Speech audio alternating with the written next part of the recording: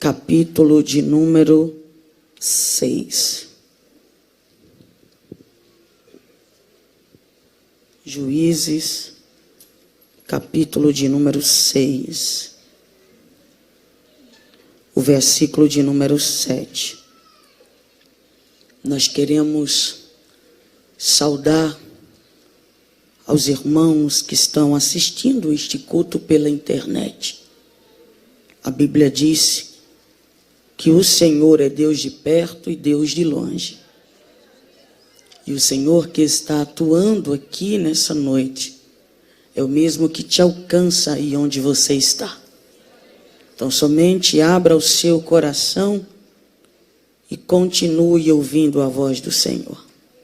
Juízes capítulo 6, o versículo de número 7. Diz assim a palavra do Senhor. E sucedeu que, quando os filhos de Israel clamaram ao Senhor por causa dos midianitas, o Senhor enviou um profeta aos filhos de Israel, que lhes disse: assim diz o Senhor, Deus de Israel: eu vos fiz subir do Egito e vos tirei da casa da servidão. Os que podem, tome o seu assento, glorificando e exaltando ao nome do Senhor Jesus. Meus queridos, nós temos lido um versículo da palavra do Senhor e eu confesso que eu tenho uma predileção pelo livro dos Juízes. Este livro, ele vai narrar para nós um momento de declínio espiritual do povo de Israel. Nós vamos perceber à luz do texto que o líder Josué já tinha morrido. E uma vez que eles estão sem uma liderança central, sem uma liderança terrena, o povo se dispersa facilmente. O capítulo 1, a partir do versículo de número 27, vai dizer para nós que após a morte de Josué, os filhos de Israel passaram a fazer o que parecia bem aos seus olhos. Não há uma centralidade. Cada um faz aquilo que parece bem aos seus olhos.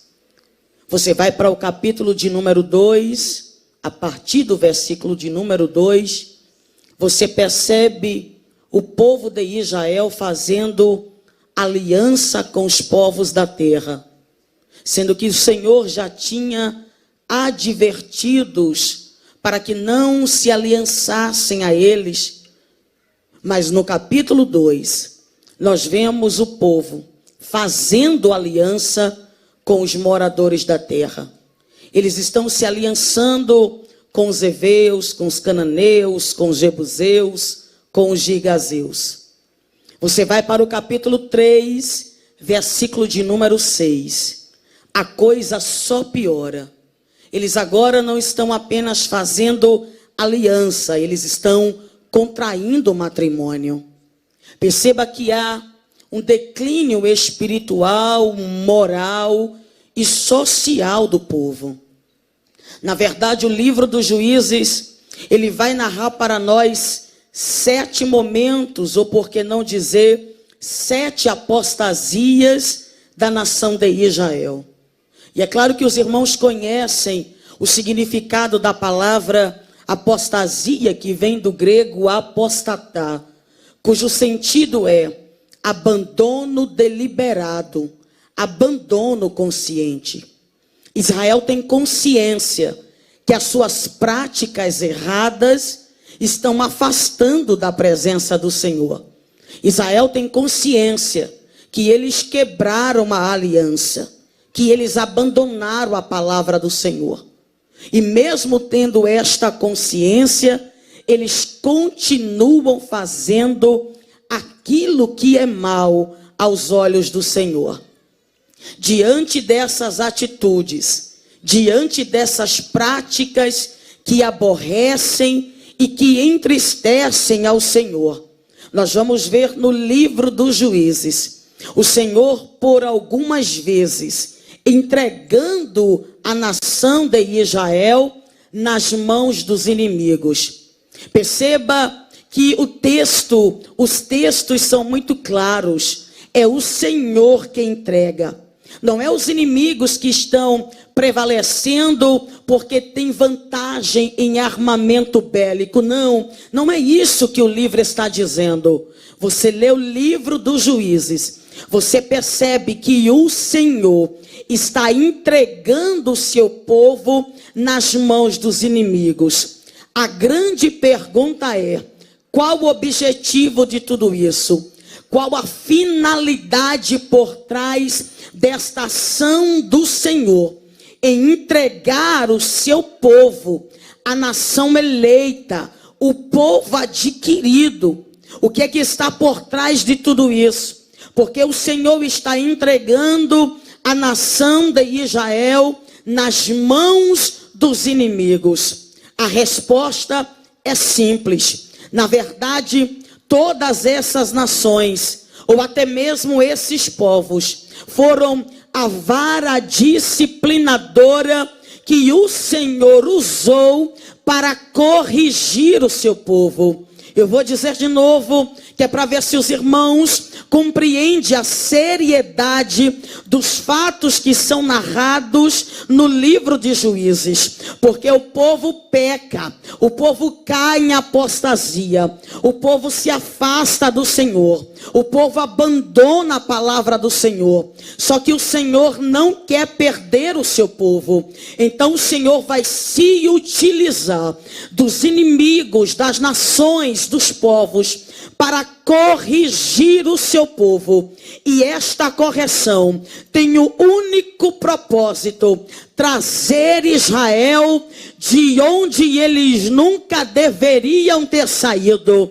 Para onde, Manuela? Para o centro da vontade de Deus. Você lê o livro e você percebe que o Senhor está entregando o seu povo nas mãos dos inimigos. Os inimigos são a vara disciplinadora.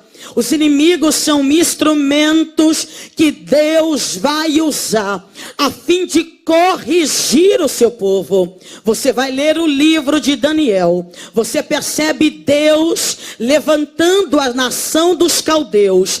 Para quê? Para corrigir o seu povo. Deus ama o seu povo, mas Deus não permite que o seu povo viva de qualquer maneira. Então, para não nos perder de vista, o Senhor cria, o Senhor permite situações a fim de nos trazer novamente para o centro da sua vontade. E quando eu falo de instrumento de correção, eu lembro-me quando eu era muito pequena, e muitas vezes eu via esta cena acontecendo na minha casa. Eu sou filha única mulher, minha mãe teve 10 gestações de menino, e várias vezes a minha mãe assentava os meus irmãos, olhava para ele e dizia: abra a mão, e o bobinho dos meus irmãos abriam, pastor Eduardo, e a minha mãe vinha com uma palmatória, um instrumento de madeira, e começava a bater na mão dos meus irmãos, e ainda dizia: engula o choro, e ninguém ousava perguntar por que estavam apanhando. Eles sabiam porque estavam apanhando, eles sabiam porque estavam sendo corrigidos. Minha mãe ama os seus filhos, porque qual é a mãe que não ama os filhos? Porque quando o Senhor quis demonstrar o amor que ele sentia pelo seu povo, ele vai fazer uso da figura da mulher, ele vai falar sobre o amor de mãe, e ele ainda vai dizer: ainda que uma mulher que amamenta o seu filho por um momento se esqueça, eu, o Senhor, todavia não me esquecerei de ti. Deus ama o seu povo, mas às vezes ele nos senta chega e começa a nos corrigir. Às vezes o Senhor nos pega pela mão e faz a gente se assentar no culto como esse e começa a usar a palmatória. Mas não é porque Ele não nos ama, pelo contrário, é porque o seu amor, já foi dito aqui, é de tal maneira. O que significa tal maneira? Aleluia. O texto vai dizer para nós que o autor, quando vai falar acerca do amor de Deus, parece que ele não tem adjetivos para descrever. Aí ele vai dizer: porque Deus amou o mundo de tal maneira. Que maneira é essa? É uma maneira tão grande que ele enviou o seu Filho para que todo aquele que nele crer não pereça. O que o texto está dizendo: Deus ama a nação de Israel, mas Deus não quer que o seu povo viva de qualquer maneira. Só que eu preciso fazer com que vocês entendam que Deus aqui está sendo ofendido. Por que, missionária Manuela? Porque a nação de Israel está adorando outros deuses. A nação de Israel está se prostrando diante dos Balaíns, está oferecendo um culto, e este culto não é para a nação de Israel. Deus está sendo ofendido de uma forma que eu nem consigo descrever. Mas quando eu olho para a Bíblia, eu vejo que Deus é o único ofendido que vai criar meios para trazer o ofensor de volta para a sua presença. Porque se eu ofender alguém, no mínimo essa pessoa não vai querer olhar na minha cara. Se eu ofender alguém na rede social, a pessoa vai me descascar, vai falar de mim à torta e à direita. Deus está sendo ofendido, aleluia. Mas Ele ama este povo, e se preciso sentar o povo para corrigir, Deus vai sentar para corrigir, mas não vai perder nenhum, aleluia.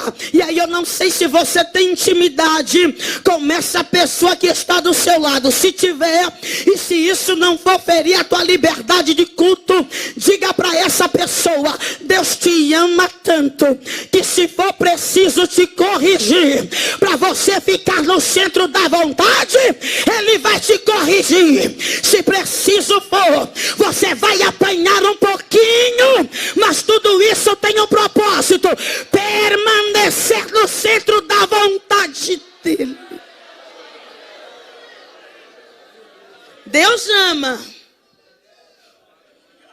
mas Deus corrige. Deus ama, e esse amor é incondicional. Mas Ele não nos quer de qualquer maneira. Deus nos ama, mas Ele quer que estejamos em sua presença da maneira que Ele quer e não da maneira que nós queremos. O capítulo de número 6 vai narrar para nós justamente uma dessas 7 apostasias, deste abandono consciente. E perceba que a narrativa do texto vai dizer para nós o seguinte: então os filhos de Israel fizeram o que era mal aos olhos do Senhor. Perceba que esta frase, ela vai aparecer algumas vezes no livro dos Juízes. Isto significa dizer, não é a primeira vez que o povo faz besteira, não é a primeira vez que o povo entristece, não é a primeira vez que o povo adora outros deuses, não é a primeira vez que o povo abandona a palavra de Deus, não é a primeira vez que o povo sai do centro da vontade de Deus. Então os filhos de Israel fizeram o que parecia mal aos olhos do Senhor. Então o Senhor entregou a Israel nas mãos dos midianitas. Eu preciso fazer com que você se atente ao que o texto está nos dizendo. Perceba que o autor faz questão de dizer que o Senhor está entregando a Israel nas mãos dos midianitas. Quem Quem são os midianitas, Manuela? Os midianitas são descendentes de Midian.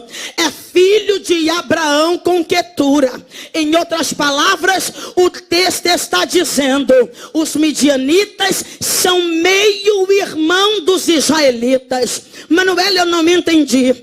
Trace aí na sua mente, mentalize aí uma árvore genealógica. E de um lado nós temos Isaac, e dele vem a nação de Israel. De outro lado nós temos Midian, que é filho também de Abraão, como Isaac também é. Só que de Midian vai surgir os midianitas. O que a Bíblia está dizendo é: o povo sai do centro da vontade de Deus, e Deus vai permitir que o seu meio-irmão venha afligir o seu povo durante 7 anos. O que a Bíblia está dizendo é: quem sai do centro da minha presença, eu permito que alguns dos teus até se levantem contra você. Para quê? Para oprimir, para subjugar e para maltratar. Só que a Bíblia faz questão de dizer para nós que os midianitas não vão agir sozinhos. Vai haver uma coligação, vai haver uma aliança. E com quem é que eles vão se aliançar? O texto vai dizer: vai fazer aliança com os amalequitas, vai fazer aliança, aleluia, com os beduínos do deserto. O texto está dizendo: eles estão se juntando, eles estão se unindo, mas não é uma unidade para somar, é uma unidade para destruir. Perceba que o texto está dizendo: Israel está em apuro, porque tem 3 povos que estão se aliançando contra eles, e o objetivo é destruir o trabalho das suas mãos. O texto está dizendo: tem midianitas, tem amalequitas e tem povos do Oriente, ou por que não dizer, os beduínos do deserto. Perceba que o texto em nenhum momento vai mostrar para nós que há em um outro momento esses 3 povos se juntando para fazer qualquer coisa, não. Mas você ler o capítulo 6, você vai perceber que eles estão se unindo, que eles estão se coligando, estão fazendo uma aliança, aleluia. E eu preciso aplicar esta palavra.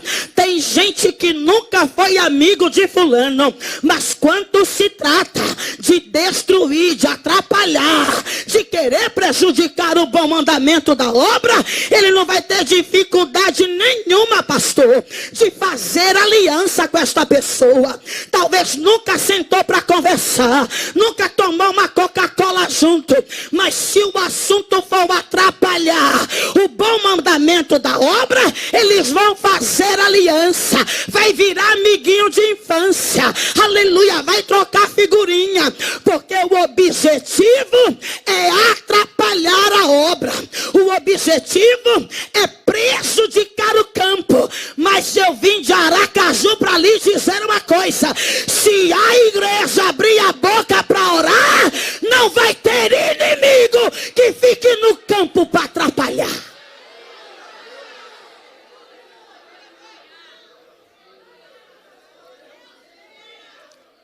Eu não sei os irmãos,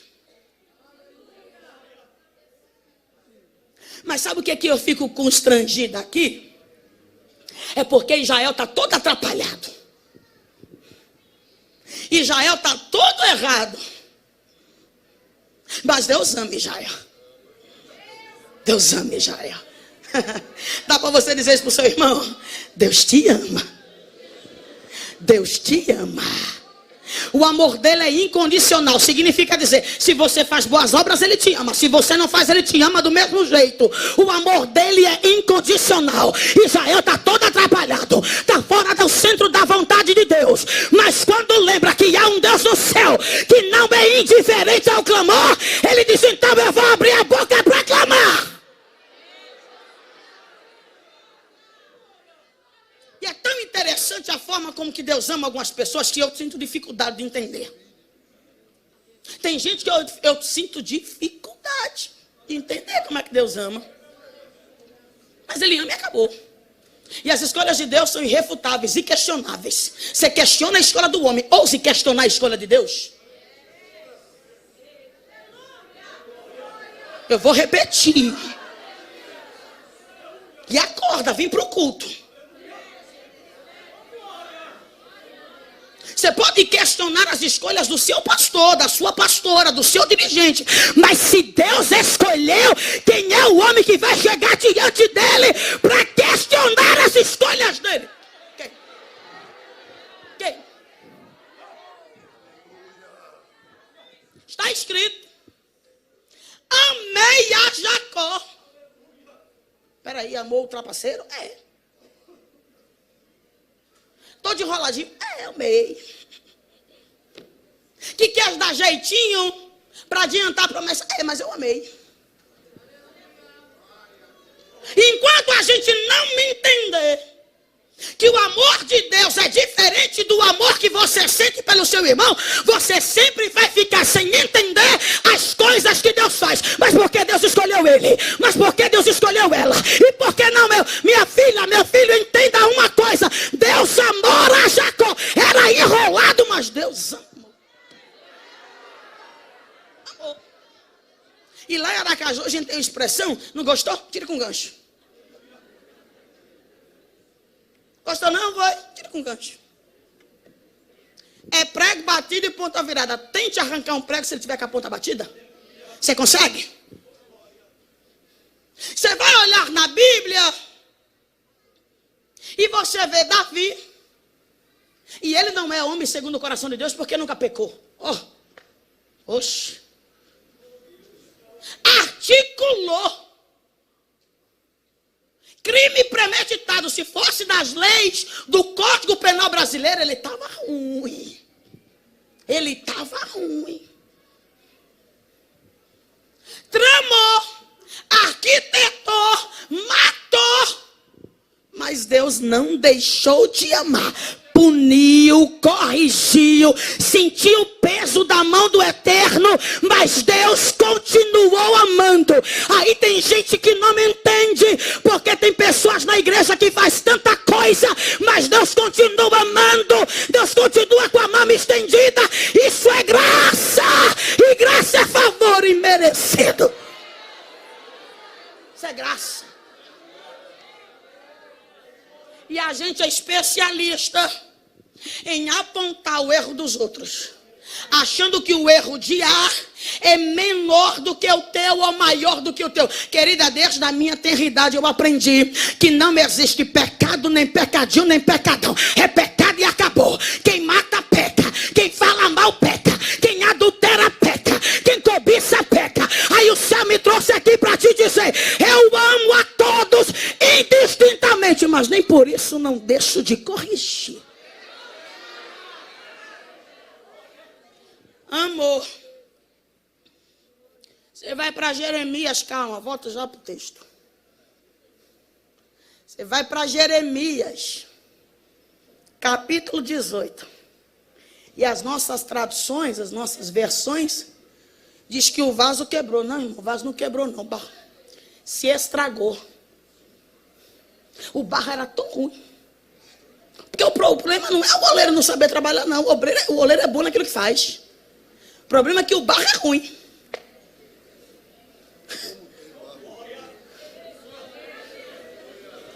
Eu não vou pedir para você dizer para ninguém não, mas se você tiver coragem de dizer para você, diga: rapaz, eu sou um vaso ruim. Eu sou um barro ruim. Eu sou um barro ruim. Porque qualquer oleiro já tinha colocado este barro para fora da olaria. Porque se estraga. Aí dá trabalho ter que fazer tudo de novo, começar do zero. Mas o oleiro ama. E se preciso, ele vai amassar. Vai colocar você na roda de cima. Vai mexer com a roda de baixo. Vai te molhar. Vai te amassar. Mas não vai abrir mão de você. Ele ama.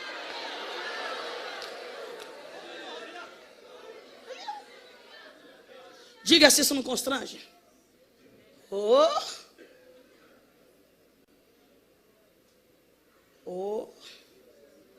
Ei, Jael. Está todo atrapalhado. O que vai motivar o clamor é a urgência. Pegou isso aqui não, né?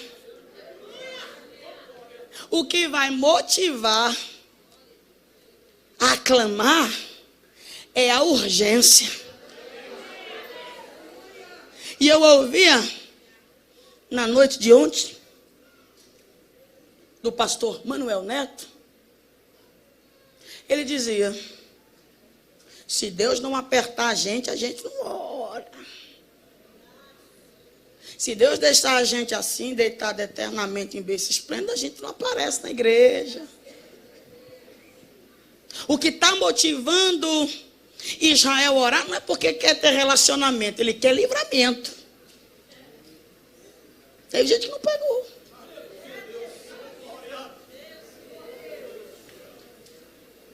Não é relacionamento, é livramento.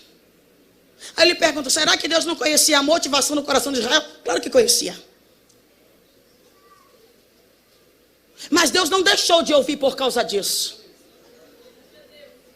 Deus conhecia perfeitamente a motivação do coração de Israel. Não está clamando porque quer ter relacionamento restaurado. Ele está clamando porque quer livramento.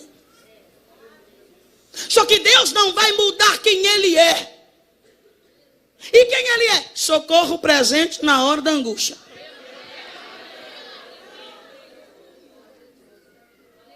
Deus não vai mudar a sua essência por causa de Israel. Mas Israel vai entender que Deus é socorro presente na hora da angústia.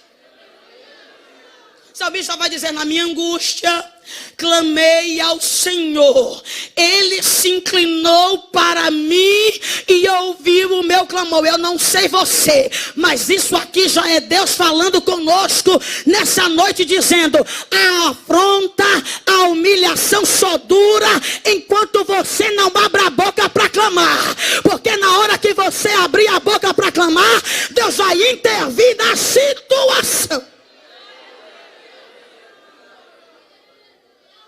Quer que eu te prove? Provo.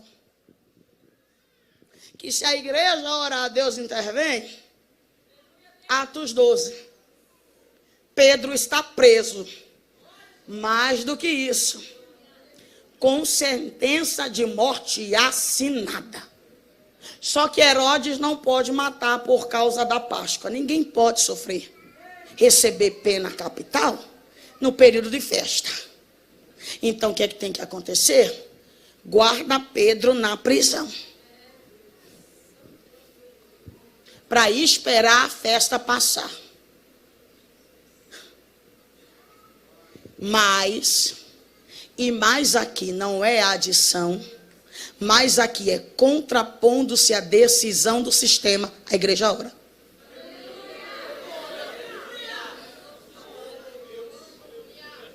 Humanamente falando, responda: quem é mais forte, a igreja ou o sistema? Não, humanamente falando, o sistema. Quem é mais forte, a igreja, que está no seu momento de crescimento, ou o sistema romano? Sistema, gente, pelo amor de Deus. Só que eu tenho aprendido que orar é você se associar com o lado mais forte. A igreja não pegou não, vou repetir por favor.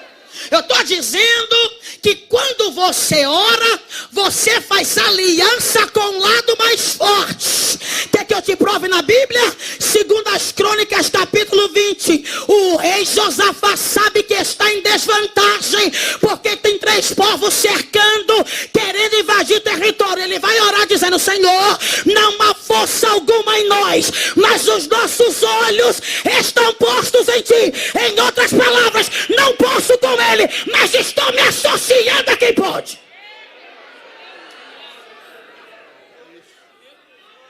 E dessa vez ele fez a coisa certa, né? Porque da outra vez ele fazia aliança com o Egito. A igreja, quando toma consciência do papel relevante que é a oração, irmão, não existe guerra que a gente não vença. Não existe. Pedro está guardado na prisão. E quem é que vai descer? Oh, meu Deus. Quem é que vai descer em resposta à oração da igreja? Vou perguntar, quem é que vai descer em resposta à oração da igreja? Irmãos, anjo não desce a passeio, desce para resolver a parada. Anjo não vem desfilar na terra, desce para receber, para entregar resposta. Em outras palavras, quando a Bíblia diz, mas a igreja está orando, Lucas está dizendo, ora que Deus vai mandar alguém para resolver a situação.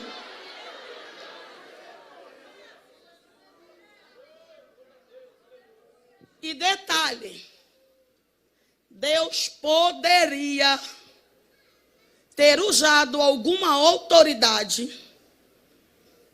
política para tirar Pedro da prisão. Poderia. Deus poderia ter tocado no coração de qualquer líder da época para intervir e tirar Pedro da prisão. Só que eu estava meditando nesse texto, sabe o que Deus falou comigo, pastor Eduardo? Que Deus não vai te livrar da mão de um homem para colocar na mão de outro.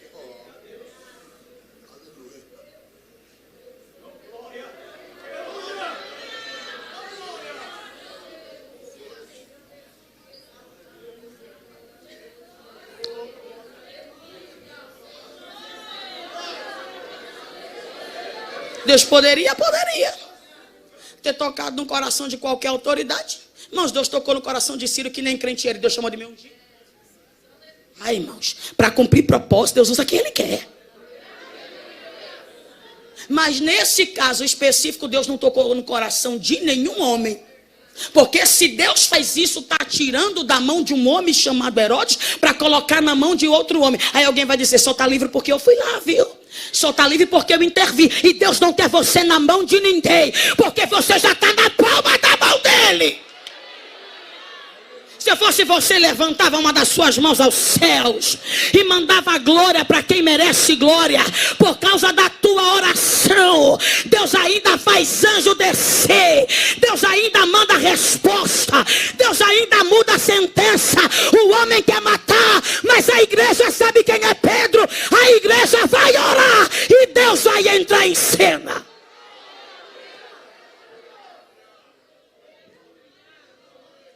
Israel vai orar. E tem coisas que só a oração é capaz de fazer. Seu poder aquisitivo não resolve. Seu nome não resolve. Sua posição não resolve. Sua influência não resolve. A única coisa que resolve é entrar no quarto, fechar a porta, orar em secreto. E o Deus que vê em secreto, em público, Ele vai te recompensar. A igreja vai orar. Israel vai orar. E sabe o que eu acho interessante, meus irmãos? É porque Deuteronômio capítulo 8 vai deixar muito claro que Israel é um povo agrícola, ele depende da agricultura para sobreviver. Israel, olha como é que funciona a coisa. Israel prepara a terra, Israel lança a semente, Israel espera a chuva seródia, ele espera a chuva para depois colher.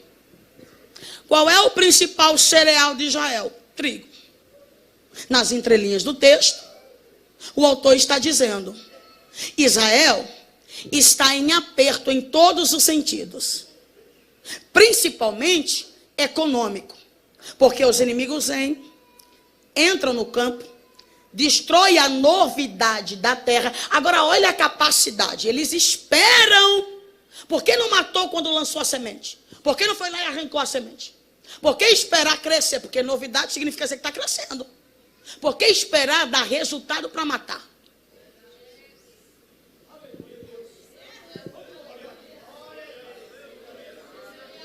Tem gente que é calculista. Tem gente que não move uma palha. Tem gente que nunca pegou uma enxada para fazer nada no reino. Nunca fez nada no campo. Mas é só o negócio começar a dar resultado, a novidade começar a aparecer, para ele querer vir destruir.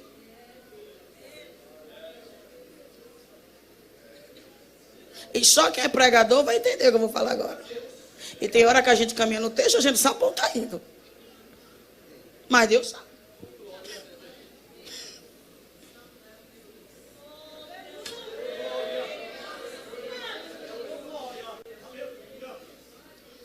Eles não fazem nada. Nunca araram a terra. Nunca lançaram uma semente. Não sabem o que é ter expectativa de ver algo brotar, algo dar resultado. E uma coisa, presta atenção nisso aqui, que deixa agricultor ansioso, é ele ver o resultado do trabalho dele. Ele trabalhou, então ele quer ver o resultado do trabalho dele. Aí chega um cidadão, uma cidadã,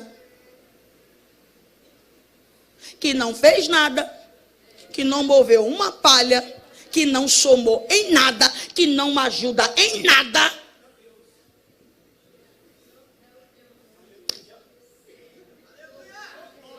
Você está entendendo o que é que eu desenho? Se Deus falar mais claro do que isso, sinceramente, irmãos. É impressionante as figuras de linguagem que o autor vai usar no capítulo 6. Porque ele vai referir-se aos inimigos usando a figura dos gafanhotos. Por quê? Porque eles nunca estão satisfeitos. Por quê? Comem e defecam ao mesmo tempo. Então nunca ficam saciados. Em outras palavras, quanto mais destrói o campo, mais vontade de destruir o gafanhoto tem. Ele tem prazer. Ele tem prazer de devastar o campo. Aí Joel vai falar sobre 4 espécies. Não dá para falar sobre eles. Tem migrador, ele não mora aqui. Ele não mora no campo, mas ele vem só para destruir. Porque tem gente que não mora, tem gente que não congrega aqui. Mas vem. Para quê? Para somar? Não, para destruir. Aí tem o devorador, esse já mora. Esse já congrega aqui. Aí ele vai fazer o que o migrador começou. Aí tem cortador. Vai comer um pedaço do que os outros 2 comeram. A pior espécie é o devorador. Porque ele não se contenta em comer o fruto. Ele quer picar para matar o agricultor.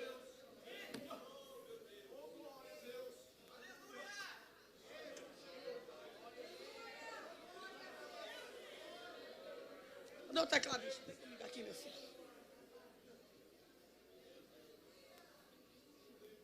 Você está entendendo isso aqui? Que tem gente que não se contenta em querer atrapalhar a obra. Ele quer ferir quem Deus colocou na frente da obra.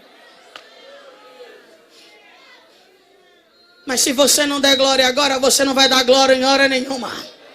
Porque a Bíblia está dizendo, e eu serei para ele, e eu serei para ele, como um muro de fogo ao redor. Sabe o que é que nos protege? O que nos protege é a presença de Deus. A presença de Deus está nos blindando. É por isso que você ainda está de pé. Porque se dependesse de algumas pessoas do campo, você já estava morto há muito tempo.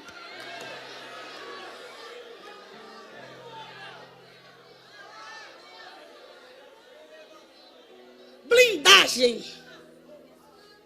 A palavra de ordem de Deus para este culto é blindagem. Eravaras. De que me darabarassura bacandarabarassura. Eles nunca vão parar de tentar contra nós. Nunca. O diabo certa vez falou bem assim. Deus está falando para o diabo sobre quem é Jó. Porque eu dar testemunho de você é fácil. Agora Deus dá testemunho para a gente. Dá testemunho Da gente pro diabo, isso é muita coisa. Viste meu servo Jó? Homem íntegro, temente, e que se desvia do mal. Aí o diabo vai contrapor dizendo: também tu o cercaste com a tua sebe. Sabe o que significa sebe no original? Cerca viva. O diabo está dizendo, está reconhecendo, ele está cercado, ele está blindado, tem uma cerca viva. Hoje era para você estar dando glória. Arabarassúria. Porque o diabo sabe que para tocar em você, para tocar naquilo que você tem, para tocar naquilo que Deus colocou na tua mão, só toca se passar pela cerca viva. E eu vim aqui para dizer, e já vou dizendo, a cerca ainda está de pé, viu? A cerca, meu Deus, meu Deus, dá para mandar glória para quem merece glória, dá para exaltar o nome daquele que vive, o nome daquele que ainda te guarda. Ele guarda a tua entrada, ele guarda a tua saída. 1000 cairão ao teu lado, 10.000 cairão à tua direita, mas você não será atingido.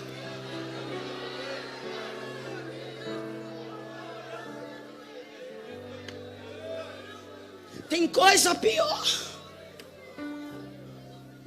do que você está trabalhando no campo e alguém vir te ferir. E tem ferida, irmãos, que causa morte.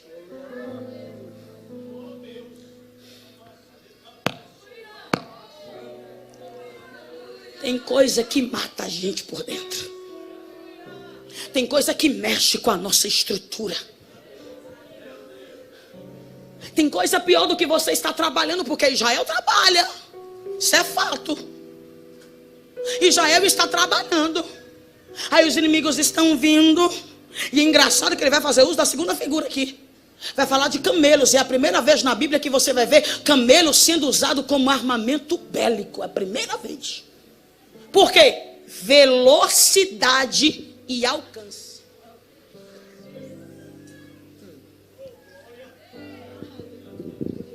Meu Deus.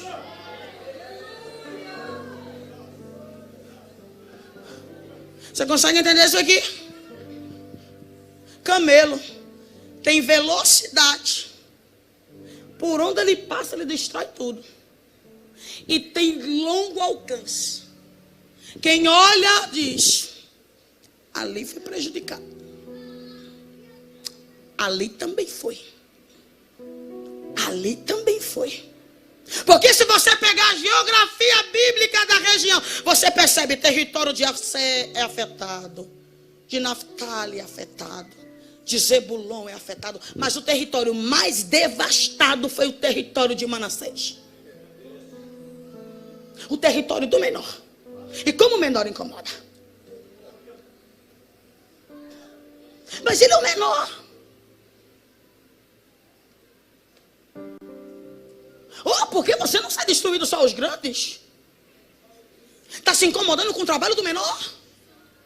É porque é menor, mas tem promessa de crescer. Então tem gente que prefere matar agora, porque sabe que se matar enquanto está pequeno é mais fácil.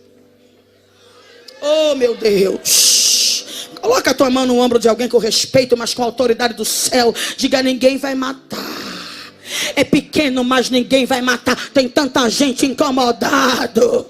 Tem tanta gente incomodada com você. Tem tanta gente incomodada com aquilo que você faz. Mas o céu está bradando nessa noite: eles não vão te matar. Eles não vão te matar. Podem até destruir um pouco, mas você vai começar quantas vezes forem necessárias.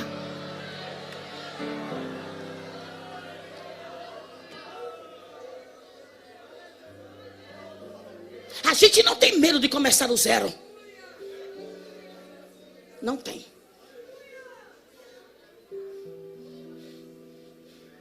A gente não tem medo de começar no campo do zero. Porque a gente sabe que quando a gente chegou, a presença do Eterno chegou conosco. A gente não vem para o campo a passeio.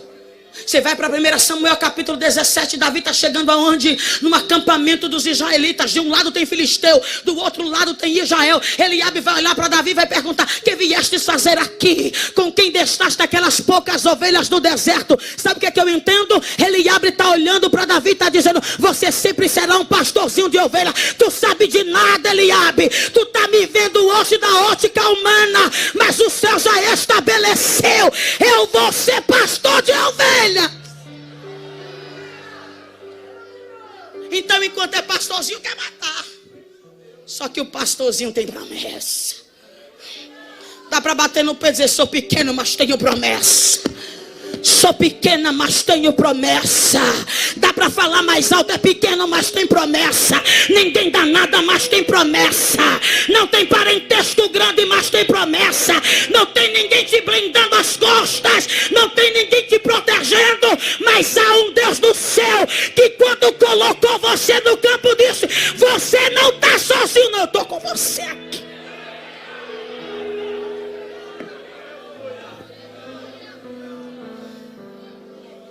Israel clama, e Deus vai intervir na situação. Usa um profeta para trazer à memória do povo tudo que Deus já tinha feito lá atrás. Porque é impressionante como na hora da prova a gente esquece as coisas que a gente passou. Na hora da prova, a prova parece que traz uma amnésia seletiva. A gente esquece as coisas. Aí o profeta vem, e a mensagem é trazer à memória do povo o que Deus já tinha feito por eles lá atrás. Lembra quando eu tirei vocês da casa da servidão? Como eu livrei vocês da mão de Faraó? Se fosse hoje, Deus estava olhando para esta igreja e dizendo: o que eu fiz lá atrás não posso fazer hoje. Você esqueceu do que eu já fiz por você? Esqueceu dos livramentos que eu te dei? De como eu te livrei de situações que ninguém poderia livrar, mas eu desci?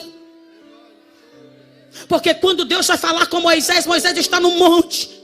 Deus vai falar com Moisés dizendo: ei, tenho visto, viu, a aflição do meu povo, e desci para livrar. E descer aqui não é descer a passeio. Descer aqui é descer como um valente, como um general. E Deus está falando conosco nessa noite: se preciso eu desço para resolver a situação, mas você não vai ficar na mão de ninguém. Eu vou descer para resolver. Lembra do que eu fiz por vocês? Você lembra de como eu te livrei? Porque tem gente que acha que a gente chega no ministério de paraquedas. Mas onde era que ele estava? Aí chegou aqui. Ô, filho. É porque se você botar o nome da gente no Google, não vai aparecer na nossa história. Vai se dobrar o joelho, Deus conta. A gente não é famosinho, né, missionário? Não dá para colocar o nosso nome lá, porque se botar o nome de celebridade, aparece a biografia todo dia. Aí se botar no Google o nosso nome, pastora Paola, não vai aparecer a nossa história. Mas se dobrar o joelho, Deus conta. Sabe dos processos que a gente passa para chegar onde está. Aí tem gente que não me entende. Acha que a gente cai de paraquedas. Não, filho. Teve um processo. É Israel. Deus está tendo que lembrar a Israel tudo isso. Até que, de repente, a narrativa do texto muda. E o que é que o autor vai descrever agora? E o anjo do Senhor veio. Oh, meu Deus, coisa boa quando ele vem. E o anjo do Senhor veio. Teofania. Cristo escondido em água. E de tantas definições que tem a teofania, sabe o que é que eu mais gosto? Cristo respeitando a dispensação do Pai. Porque tem gente que não respeita. Antigo Testamento é o Pai, dispensação do Pai. O Novo, do Filho. E agora? Do Espírito. Jesus respeitava a dispensação do Pai. Então, quando ele queria aparecer, ele aparecia em teofania, escondido. E por que algumas pessoas têm tanta dificuldade, pastor, em respeitar dispensações?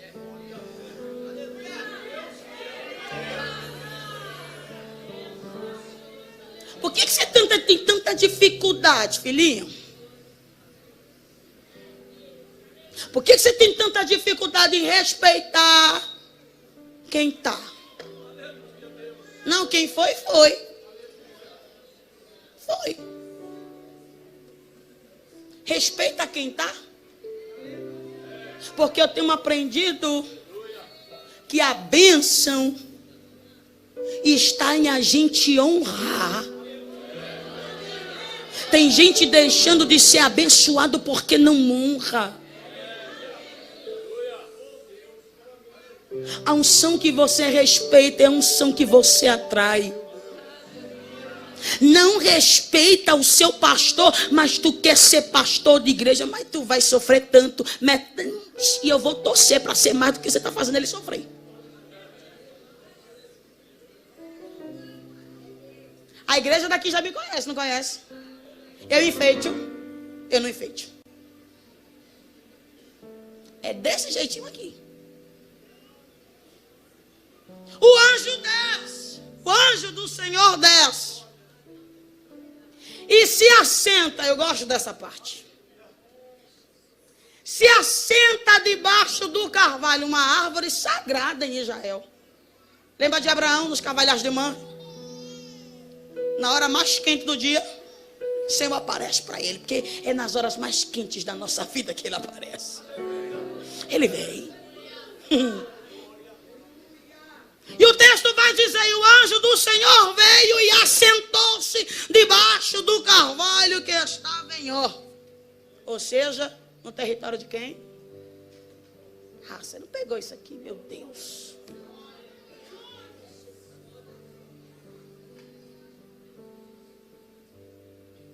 Ele veio, se assentou debaixo do carvalho. E se a gente tivesse tempo para falar sobre alguns tipos de carvalho, mas não dá, né? Deixa eu falar de um, pelo menos. Um carvalho chamado cerquinho, tem aqui no sul do país. Fruto chamado lande. Lembra do filho pródigo quando saiu da casa do pai? Pronto, foi o fruto do carvalho que ele comeu, lande. Era que era dado para alimentar os porcos. E os pobres também comiam.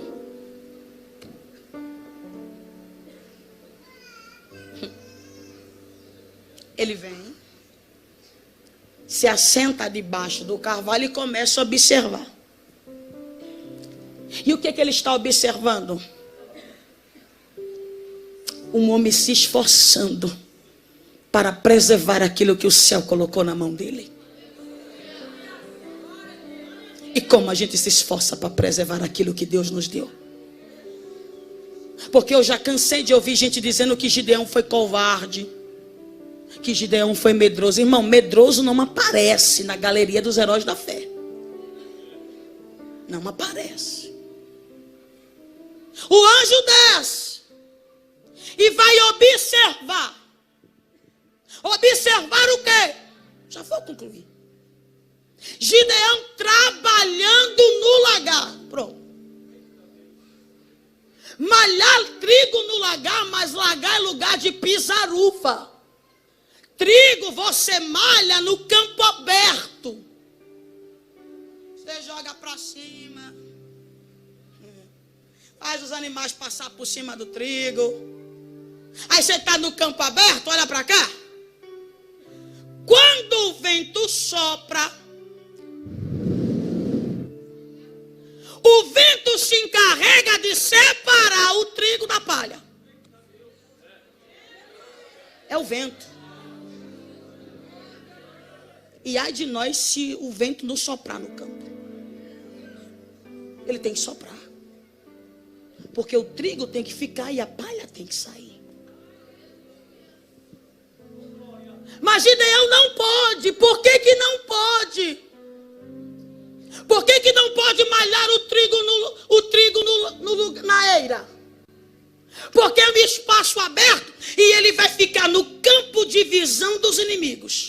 Quem vê vai matar.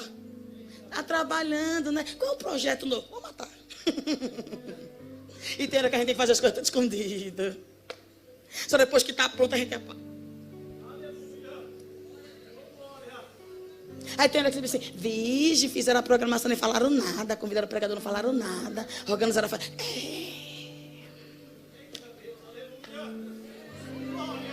Aí tem que fazer tudo no lagar. Para sair do campo de visão dos inimigos. Só que o que mais me deixa triste, sabe o que é? É que lagar no seu diâmetro de 2,5 cabe mais de um homem dentro. Só que não tem ninguém em Israel para dar um pulo para dentro do lagar para ajudar Gideão. E isso, sinceramente, é o que mais me deixa triste. Porque falar mal do trabalho todo mundo fala. Agora dá um pulo para dentro do lagar para ajudar Gideão a fazer a coisa andar. Eu estou sentindo ele aqui. Eu estou sentindo a indubitável graça do Espírito Santo aqui nessa noite. Eu sinto o Espírito Santo falando conosco de uma forma tão clara. O Espírito Santo trazendo resposta para crentes aqui nessa noite, dizendo, tem gente que poderia te ajudar e não ajuda porque não quer. Tem gente de braços cruzados vendo você se acabando aí trabalhando e não faz nada. Mas eu desci, eu estou vendo tudo e ainda estou dizendo, você é valoroso, rapaz.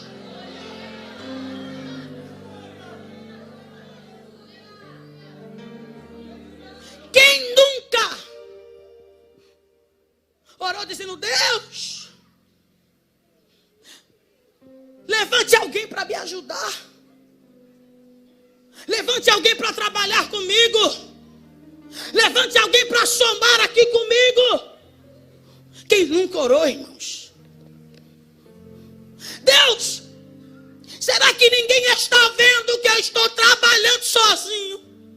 Fazendo sozinho. E Deus dizendo, eu não só estou vendo como desci, Gideão. Estou aqui do seu lado, Gideão. Não, eu vou dizer de novo. Ele está aí do seu lado. Está trabalhando, ninguém está ajudando, fique em paz. Ele desce e está aí do seu lado. E tudo que a gente precisa para continuar trabalhando é ter a convicção de que Deus está conosco. Às vezes a gente se preocupa muito se A ou B ou C vai nos ajudar a trabalhar. Mas o céu está falando conosco. Eu com você somos maioria. Se eles não entram no teu lagar, eu desço para ficar do teu lado.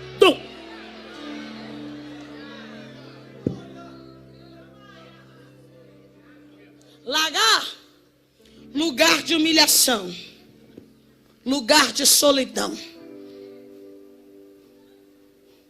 Mas lagar também é lugar de Deus mudar a história de crente. Vou repetir isso aqui.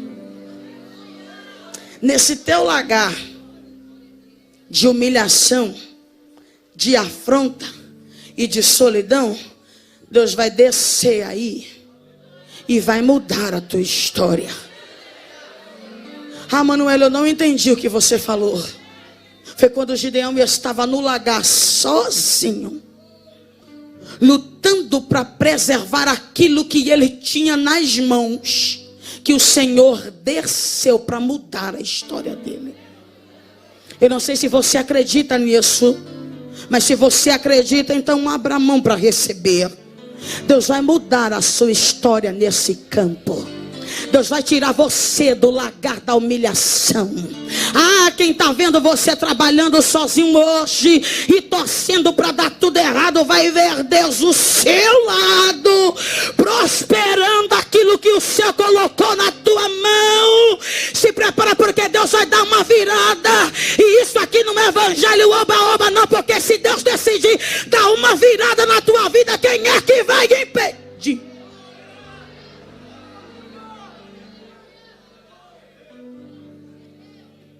Deixa eu concluir. Se eu passar daqui, sou eu. Senhor, desce. olha para Gideão e diz: eu vou te usar para livrar o meu povo. Gideão vai fazer a pergunta que todo crente faz na hora da dificuldade: se o Senhor é conosco, por que nos sobreveio todo esse mal? Do que foi feito de todas as tuas maravilhas que os nossos pais nos contaram? Gideão está vivendo daquilo que os pais contaram para ele, das maravilhas que os pais contaram para ele. Olha, no passado Deus fez. Mas no presente ele não está vendo Deus fazer. E a questão não é a gente não saber que Deus fez. A gente só quer ver ele fazendo. A gente sabe do que ele fez lá. A gente quer ver ele fazendo agora. Deus não vai responder, porque nem todos os teus questionamentos serão respondidos. Nem todos. Ele vai ouvir, mas ele vai responder se ele quiser. Você entendeu isso aqui? Ele não vai te impedir de questionar. Porque Deus é Deus de relacionamento. Então para ele você pode colocar isso para fora. Mas ele não é obrigado a responder o teu questionamento. Mas ele vai fazer questão de te lembrar: é você que eu quero usar. A grande questão aqui é: por que Gideão vai responder: eu sou o menor da casa do meu pai? Será que ele está falando de quantitativo? A tribo de Manassés é a menor tribo de Israel? Claro que não. Ele está falando em desvantagem bélica? Israel em si, naquele momento, não estava em vantagem com relação a povo nenhum. A que ele está se referindo? Lembra lá? Quando Jacó estava para morrer, e José trouxe os seus 2 filhos para o seu pai abençoar. E numa mão ele tem Manassés, e na outra mão ele tem Efraim. E na hora de abençoar, na hora de Jacó abençoar, a mão direita era para repousar na cabeça de Manassés. Mas ele vai colocar na cabeça de Efraim. Ele vai cruzar o braço. Ele tem que abençoar Manassés, mas abençoa Efraim. No mundo espiritual fez isso.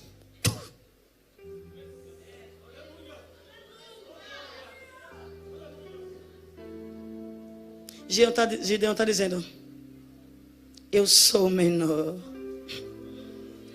Se fosse eu, dizia: bateu na porta errada, vai na porta do meu irmão, ele é que é o maior, usa ele. Só que não adianta, o homem pode trocar a mão quantas vezes ele quiser, mas a promessa sempre foi para você. Gideão está dizendo: eu sou o segundo, eu sou o menor. Sabe o que é você ser segundo? Sabe o que é você ser menor? Eu sei. É você só pregar se o pregador queimar a agenda e coloca você para... Seu segundo, filho. Sabe o que é ser o menor? Sabe o que é ser o segundo?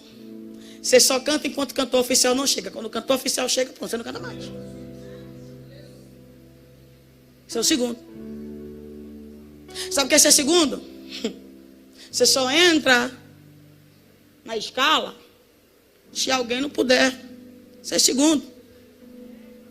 Segundo. Mas você precisa viver o tempo de segundo. Porque qualquer hora dessa ele desce. Vou dizer de novo. Qualquer hora dessa ele desce. E vai dar uma virada na tua história. Gideão foi segundo a vida toda. E ele sabe o que é ser segundo. Ele tinha consciência que nasceu para ser primeiro, mas sempre foi tratado como segundo. Você sabe o que o céu tem para você e sabe como as pessoas te tratam. Até o dia que Deus resolve descer para mudar a sua história. Aí onde você está sentado, levante assim a sua mão para o céu. Deus, aqui está a tua igreja. Senhor, este povo é teu. E aqui estão os teus servos. Ninguém melhor do que eles sabem o peso da palavra que foi pregada aqui nessa noite. E eu não tenho dúvida que esta palavra é resposta para algumas coisas que estão acontecendo. Mas a tua palavra diz que não há nada em oculto que não haja de ser revelado. Que não há nada que alguém faça às escondidas. Não há nada que alguém pense, que alguém arquitete, que o Senhor não me esquadrinhe os pensamentos. E o Senhor traga a resposta. Porque o Senhor não deixa os teus escolhidos serem enganados. Senhor, o meu pedido nesta hora é que o Senhor continue fazendo aquilo que o Senhor começou aqui neste lugar. Senhor, não permita que inimigos venham atrapalhar o bom mandamento da obra. Senhor, não permita que por causa da falta da mão de obra de alguns, Senhor, o teu servo venha, aleluia, ficar, Senhor, desmotivado. Senhor, nós te pedimos aqui nesta hora, Senhor, desce no campo, Senhor, desce com resposta, Senhor, comece a limpar. O Senhor é especialista, porque se o teu servo limpar, alguém pode querer vir para cima dele, mas se o Senhor resolver soprar aqui, se o Senhor resolver soprar, tirar a palha, quem é que vai poder fazer alguma coisa contra o Senhor? Então sopra Jesus, sopra na igreja, vai soprando nos departamentos, vai soprando no campo, comece a trabalhar aqui, Jesus, traga a resposta para os teus servos aqui neste lugar. Esta igreja é tua, Jesus, glorifica o teu nome neste lugar. É isso que eu te peço e eu já te agradeço. E se você puder, olhe para a pessoa que está ao seu lado com muito respeito e diga: se a gente orar, Deus vai limpar o campo. Se a gente orar, Deus vai limpar o campo. Se a gente orar, ninguém vai atrapalhar o bom mandamento da obra. Se a gente orar, ninguém vai destruir o fruto do nosso trabalho. Dá para você dizer mais uma vez: ora, porque se a gente orar, Deus vai fazer aquilo que a gente não pode fazer.